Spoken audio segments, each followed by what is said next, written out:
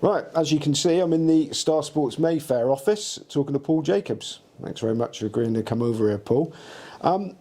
You won the Racing Post Naps competition for the first time in 2001, and then you've since won it 5 times, as well as being a runner-up 3 times. What's the secret? The secret is the biggest factor in life, never mind horse racing, is luck. If you have luck on your side, the right place, right time, I think life can go swimmingly for you. And it's the same with horse racing, you know. You can do all the homework in the world, you can do 2 or 3 hours homework the night before, but sometimes when you select a horse, you have that sixth sense feeling about it, you know, and you think, yeah, I'm going to go for this one. One of the biggest factors for me, and it's very, very subjective, is value. Someone's value might be a 6-4 about a horse that's probably 4-5. They want it to go to 6-4. Someone will want 13-8 or 7-4. I very rarely bet on those kind of scales. I normally go for anything bigger than 5-1 for my daily nap. But it means that you can go on runs of 10, 12, 15, 20 losers on the trot. So it is hugely subjective, but value is part of the way I bet and part of the way I tip.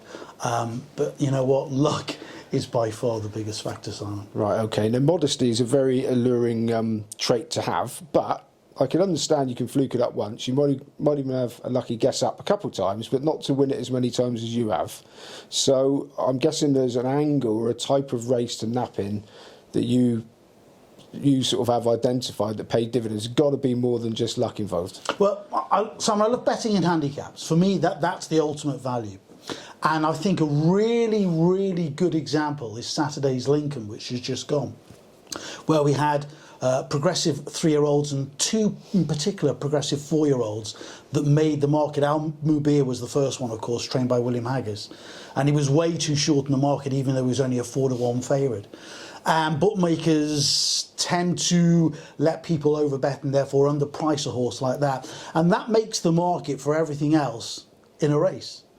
Migration shouldn't have been an 18-1 shot in my book, and I do my own SPs for every single race. It should have been a 10-1 shot. So 18-1 was way, way too big.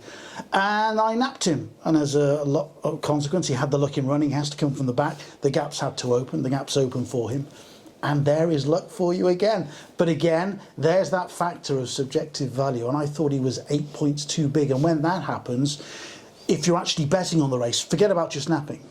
If you're betting on the race, the mathematics will tell you you can probably even have a second selection in the race if you're having a bet as well. Okay, so when you're doing, we'll just talk for a minute about the daily one nap, you know, the table that you've won so many times. What time of the day do you have to put your nap up for the competition? Normally before 5 o'clock the day before racing. So you have to get your homework done pretty early, and that's where the new advent of 48-hour decks, or relatively new, is a huge boon to anybody who tips in the Racing Post Naps table. It just gives you that bigger window to try and look at as many races as you can. I focus on handicaps mainly. Obviously the group races where the form is there to be seen are also bets I like to have. If there's a big meeting, Royal Ascot, Cheltenham, York Ebor meeting, Glorious Goodwood, Aintree Grand National meeting, I'll always nap at those meetings. That is huge value for you because the liquidity is so much better. So you can back a horse that you think normally, if it was at a smaller meeting, you'd say as a 10-1 shot, and you can get away at 25 for thinking, this is absolutely ridiculous.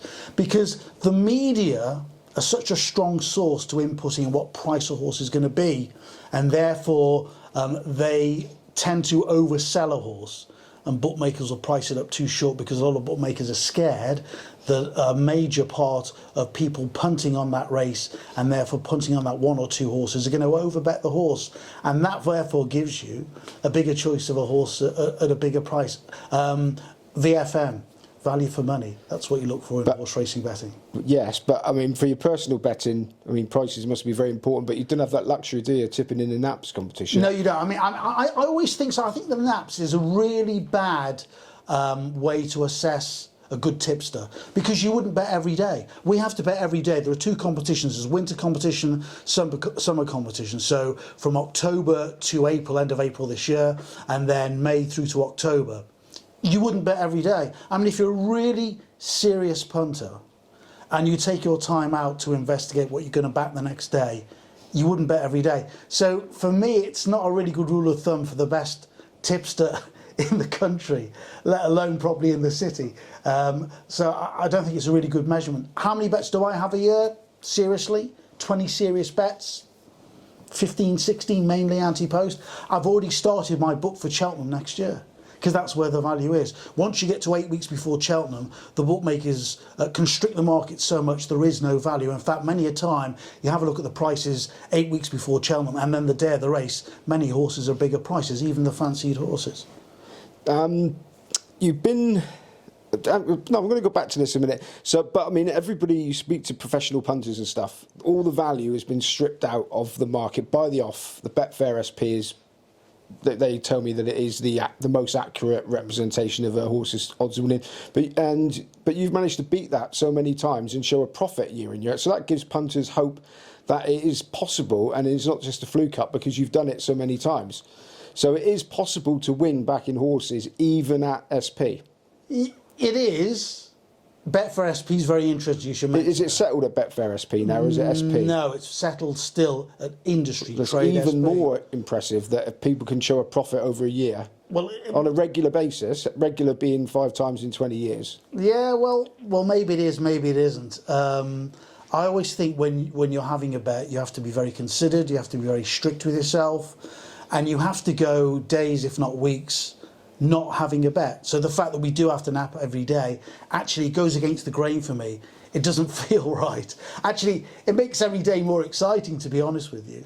But there again, value is the name. You mentioned about the exchanges which have changed the industry completely, and you say that the Betfair SP prices are a better reflection of the horses SP. Well, let's go back to those big meetings: Royal Ascot, Cheltenham, Aintree, York Eagle meeting, Glorious Goodwood.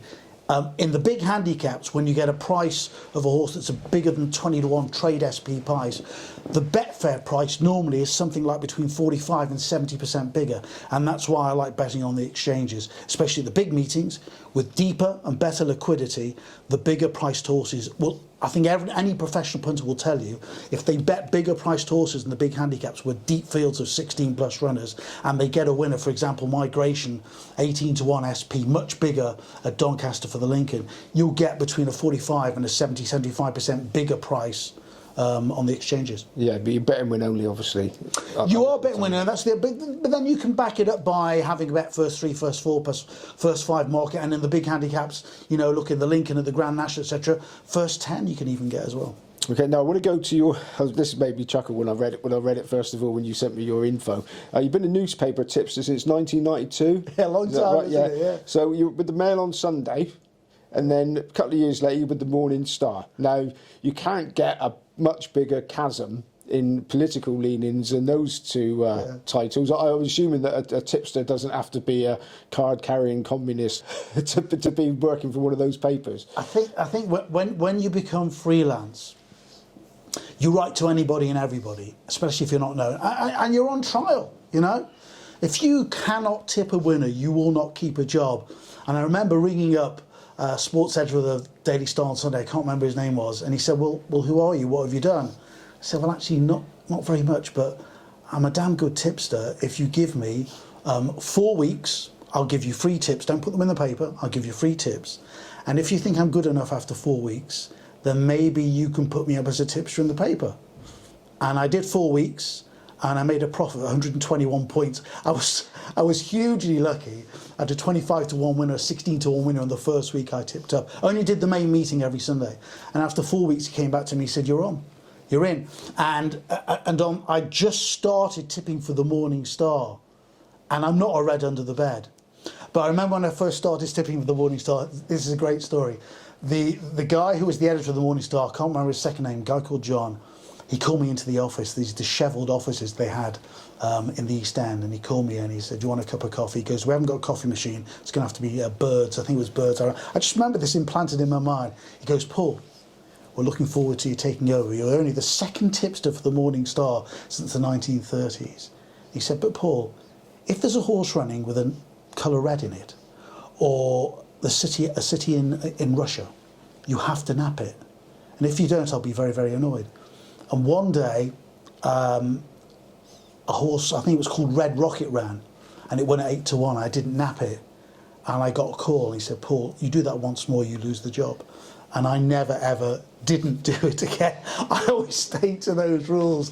But you know, I'm not a communist. But it was my first ever journalistic stroke tipping job ever in horse racing, and it set me off on the long road to tipping success. And I still do the job now to this day. But I do a column every Saturday, and I love it. Now, anybody of a certain age will realise that actually taking over at the Morning Star wasn't that daunting, because Caton was legendary for always being at the bottom of the naps table, wasn't he? He'd fire in the odd 50-1 winner, which take him halfway up the table, and then he'd plummet back down again. Yeah. So I didn't have an awful lot to beat. So when I won my first naps competition for them, I mean, everybody was overjoyed. They held a party for me. It didn't sort of go very far. We had, I think it was egg and cress sandwiches and a cup of tea, but they couldn't believe it. And of course, the publicity they got from that was invaluable. Right. So you've been is a newspaper tipster a full-time job? No, well, it is from the point that you have to do your homework. You know, if you want to get it right. And as I said before, if you don't get winners, you lose the job. You know, even if you went, you know, for maybe a couple of seasons and finished in the bottom 5 in the naps table, you're going to be in trouble. They want people that can tip and are going to give them winners. Therefore, they're going to build up a following for the paper. Therefore, it gives them publicity. And the Racing Post naps, I mean, up to about 5 or 6 years ago, you win the Racing Post naps, you get taken to a really gorgeous lunch out, you get this big trophy, you get one of those big cheques with £4,000 or whatever it was written on it. And it was a whole day thing. Nowadays they don't do that. They don't give a trophy nowadays. They don't present you with a big cheque nowadays. They just credit it to your account, which is a shame. I think it's happened over the last 4 or 5 years. But it was a big deal. It was the biggest thing to win in the world of tipping. Now, would you feel the pressure knowing that you may have, especially if you've had a purple patch, that people are going to follow you, and probably knowing that if they back everything that you put up, they're going to lose their money? Is there a pressure? Well, if they back everything, if they back every nap... I mean, in the daily... You know, yeah. If they back every nap, they're fools. You know, you've got to pick and choose, you know? You can't follow someone blindly. I mean, that's just blubbering ridiculous. You do feel... I tell you what, you do feel the pressure to a certain extent, yes. But you feel the pressure for yourself as well. If it's coming to the back end of a naps competition, and you've been in the lead, and I've led all the way twice in a naps competition for 6 months... Boy, oh boy, is the pressure. And you pour over the form the night before, and you write a short list of 5 or 6, and you cross 3 off, and then you go back to those 3 because you're not sure the 2 that you have are the ones you want to nap. And then you ring around people, you ring around stables, and you tell them who you are. Some are very affable and they'll say, yeah, you know what, he's got a good chance. Others, they just go, it's none of your business, you're a tipster. We are actually running our horses for the good of the owners, and that's it. But you do feel the pressure from both sides. So people following you, because you get letters, you get emails, you get people commenting on your Facebook and your Twitter handles as well. So there is a little bit of pressure on you. And of course, you know, people that come into betting in the first place and have their first bet, rather like when they go to a casino and they win the first time, they think it's easy. And it's not easy. It's damn difficult, because they don't understand the amount of homework you have to put in. And there is a responsibility, not only to them, but to yourself, to get it right. If you don't get it right on a regular basis, what are you doing in the hot seat? Final question on this. Honestly, have you ever had to have an educated guess up because you've been a bit pushed for time? Yeah, absolutely. On many occasions. On many occasions. You know, it's coming up to the 5 o'clock deadlock, and I'm thinking, oh, no. You know, I'm £2 ahead with a week to go on the Sporting Life Naps table. What do I go? Do I go conservative and back a 1-2 shot, yeah? Or do I go, right, I'm going to go for a 16-1 shot, and I'm going to put this competition to bed?